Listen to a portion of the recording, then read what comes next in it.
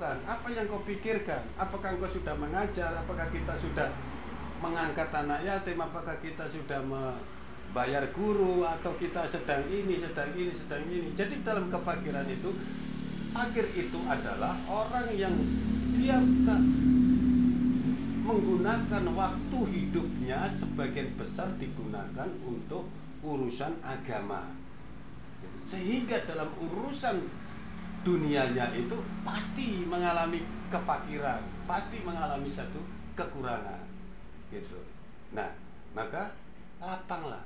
Itu pun kita disuruh oleh Allah untuk menyembunyikan kekurangan itu. Kita disuruh merahasiakan. Maka kalau diberikan kekurangan, gitu, diberikan ujian itu di Al-Baqarah 155 itu masih enak gitu. Semua kita ini yang gila beneran aja yang belum gitu, kekurangan jiwa itu. Ya setengah-setengah gila ini sudah gitu. Jadi semua harus mengalami kekurangan-kekurangan yang memang sungguh akan aku uji. Dan sedikit ketakutan dengan kekurangan, kelaparan, kekurangan jiwa, kekurangan buah-buahan akan diuji oleh Allah dengan semua itu. Sungguh. Nah ini bahasa sungguh itu Allah kok mengatasnamakan apa? Sebuah penekanan. Dengan harapan pada saat kita itu mengalami satu kekurangan, kelaparan, gitu ya, gitu, kita gitu tidak terlalu mengeluh. Karena apa? Ada Allah yang sedang membuat kita fakir, gitu. Saya kira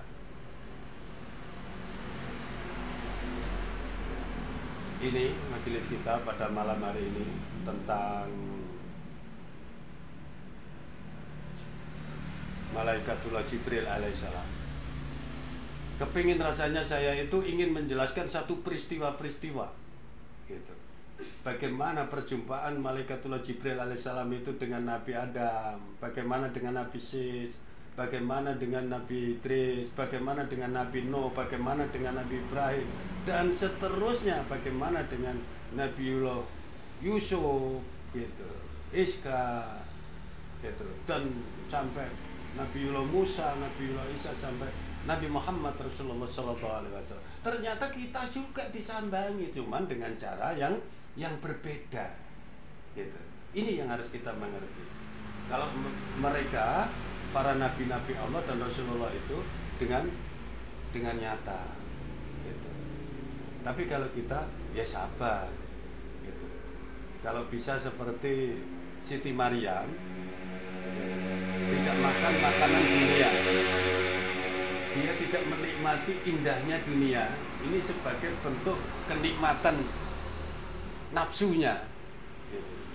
Tapi dia berharap kepada Allah, mencintai kepada Allah, sehingga Allah jaga, Allah pelihara, gitu. Lalu sampai makan pun dikirim makanan dari surga, buah-buahan dari surga. Lalu apa? Ujung-ujungnya dia adalah dijumpai oleh Malaikatullah Jibril alaihissalam dengan bentuk pemuda yang gagah, perkasa. Nah, artinya apa? Yang bisa perlu kita perjuangkan sebagai kesimpulan agar kita itu mendapatkan perjumpaan-perjumpaan yang intens dengan Malaikatullah Jibril alaihissalam itu adalah, mari, selain daripada diri kita sendiri, kita ajarkan kepada anak-anak kita, cucu-cucu kita, untuk senantiasa kita memberikan makanan-makanan yang betul-betul memang halal menurut hukum syariat, gitu. Karena sesungguhnya dari makanan-makanan yang tidak halal itu adalah sebagai bentuk hijab kita dengan makhluk-makhluk mukarrabun, termasuk Malaikatullah Jibril alaihissalam. Sehingga kita dalam perjumpaan dengan Jibril adalah kadang-kadang cuman tahu saya menggunakan ayat ini, artinya proses pemberian ayat itu tidak bisa teringat. Karena apa? Terhijab oleh kadar jasad kita ini yang menghijab kita sendiri pada saat ruh itu menerima penjelasan dari Malaikatullah Jibril alaihissalam. Nah, maka mari kita bertekad dengan pelajaran ini, kita upayakan sebisa mungkin kita carikan hal-hal yang baik untuk anak-anak kita, cucu kita, makan hal-hal yang baik, suara, ucapan, didikan dengan yang baik-baik, semuanya yang baik-baik, minum yang baik-baik, hindari. Terus ini kebiasaan-kebiasaan ya, kita di acara ini ya, gitu. Di acara itu biasanya kita itu acara ini kita tahu-tahu makan ada ayam, ada daging, ada ini. Kalau daging, kalau di Jayapura sini sapinya itu yang motongnya itu jelas Islami, saya yakin gitu, karena saya tahu sendiri di sini. Jadi pemotong sapi ini motongnya harus di situ gitu. Tapi yang saya ragu ini ayam gitu. Ayam ini yang motong siapa ini? Terus ini betulnya dibaca bismillah atau enggak? Ini juga masalah gitu. Gitu. Jadi lebih enak mana kemarin itu ikan mas kah, ikan apa itu? Yang bagus sekali itu.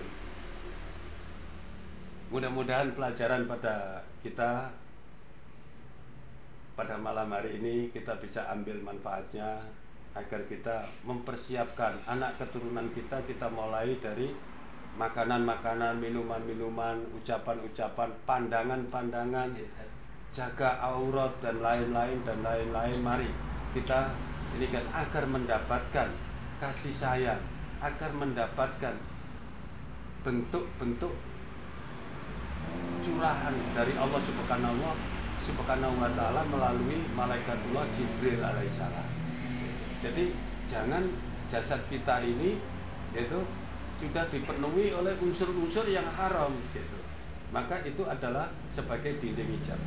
Maka inilah majelis kita pada malam hari ini, insya Allah akan bermanfaat bagi kita gitu, karena ini adalah materi dasar dalam bertasawuf gitu, agar kita menyadari asal muasal perbuatan antara hubungan manusia dengan Allah itu adalah tentang keilmuan diperantarai oleh Malaikatullah Jibril alaihissalam. Maka nanti insya Allah akan menginjak ke imamah, menginjak ke Rasul gitu, menginjak ke Allah Subhanahu wa ta'ala. Demikian, semoga kita semua diberikan kelapangan dan kesanggupan oleh Allah Subhanahu wa ta'ala untuk senantiasa eksis di dalam bermajelis, sehingga Allah akan tambahkan wawasan serta keilmuan, maqaman mahmudah serta ma'rifatullahnya. Amin ya rabbal alamin. Wabillahi taufik wal hidayah wa ridha wal inayah. Wassalamualaikum warahmatullahi wabarakatuh.